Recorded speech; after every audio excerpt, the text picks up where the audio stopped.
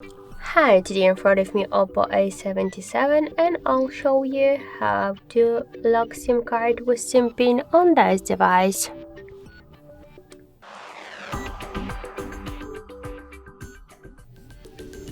So open first the settings application and then scroll down to the password and security.